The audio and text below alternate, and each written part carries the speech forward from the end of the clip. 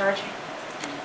As schools throughout Delaware battle to provide the state's youth with meaningful access to education amidst the ongoing healthcare crisis, many public school districts continue facing a difficult balancing act as they forge ahead into 2021.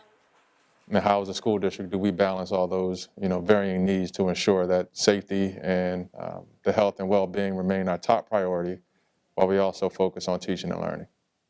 Darrell Green is the superintendent of schools at the Red Clay Consolidated School District, which covers the northwestern section of the city of Wilmington and its suburbs. After a brief pause from in-person learning over the holidays, Red Clay schools welcomed their students back this month to the district's inclusive mixture of in-person and remote learning options. Hi! Our educators have really, as we bounce back and forth between situations, have really done a yeoman's job of really stepping up and answering the call. And we're mindful of the stressors that puts on the system for our educators as well. On the back of your chair, and then get yourself some hand sanitizer. One of those Red Clay educators is Mary Carr, a second-grade teacher at Shortlidge Academy on West 18th Street, which serves inner-city students ages kindergarten through second grade. Carr says in her 2 decades of teaching, the challenges they have faced in the past year are unmatched. This is probably, the worst. I mean, the remote, the Zoom in, and the in-person going back and forth is challenging. I pledge allegiance to the flag of the United States. They understand the importance. They know that when they come in the room in the morning that they have to hand sanitize. I do have marks on the floor that are 3 feet apart, and they know their spots. So I think they respect it.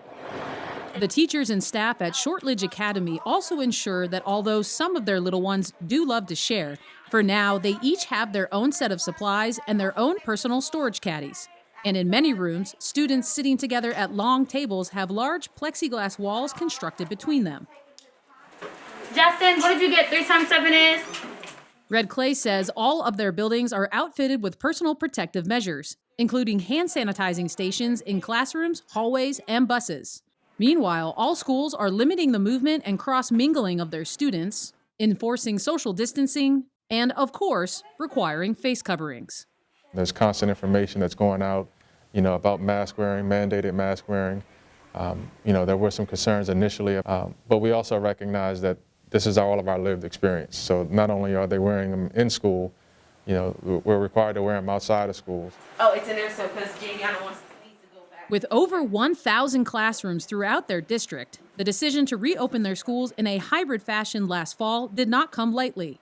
Green says Red Clay has relied heavily on recommendations from the Division of Public Health, which initially established gating criteria for the return to in-person learning based on the severity of the community spread of COVID-19.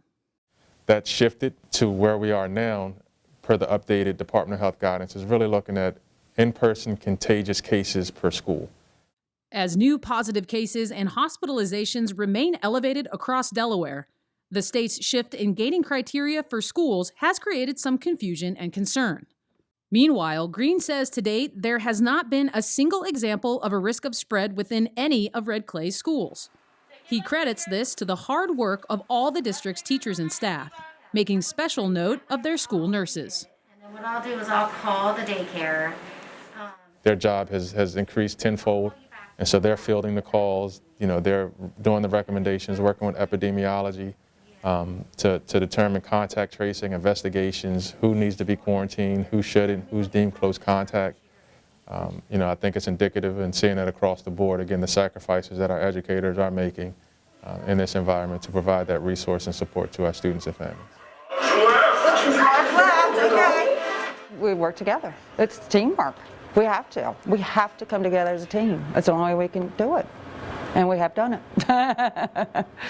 And we're still doing it. Reporting from Wilmington, I'm Mikaelyn Austin, 22 News.